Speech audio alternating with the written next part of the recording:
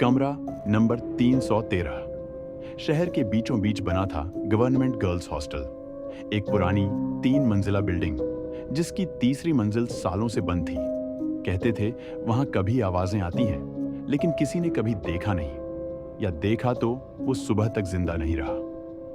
एक दिन नई छात्रा नेहा को हॉस्टल में कमरा नहीं मिला तो वार्डन ने कहा, ऊपर तीसरी मंजिल पर एक कमरा खाली है, 313, लेकिन वहां मत रुकना, रात में अकेले।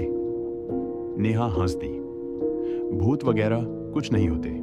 और उस रात वो कमरा नंबर 313 में चली गई। कमरा पुराना था, दीवारों पर दरारें, पंखा चरमराता हुआ, लेकिन थकान इतनी थी कि वो जल्दी सो गई। रात के करीब 2:45 दरवाजा अपने आप छू की आवाज से खुला। ठंडी हवा अंदर आई और पंखा रुक गया। नेहा की नींद टूटी। उसे लगा किसी ने उसके बिस्तर के पास से गुजरा।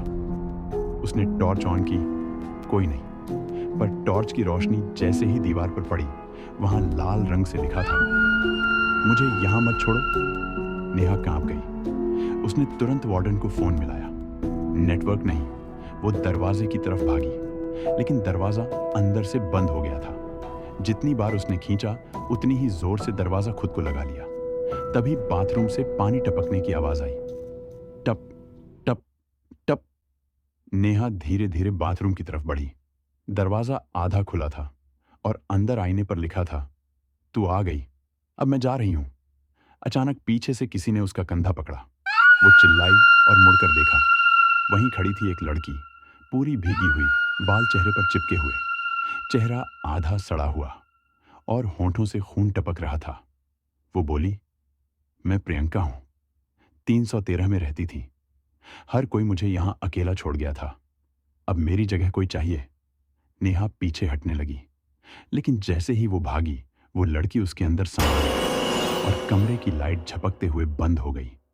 अगले दिन वार्डन ने कमरा खोला। अंदर बस नेहा का फोन पड़ा था। दीवार पर फिर लिखा था, अब मैं 313 में रहती हूं। कहते हैं उस हॉस्टल के तीसरे फ्लोर पर आज भी रात को टपकने की आवाजें आती हैं, और जब कोई नया छात्र वहां रुकता है तो अगली सुबह कमरे की दीवार पर उसका नाम लिखा मिलता है, लाल खून से।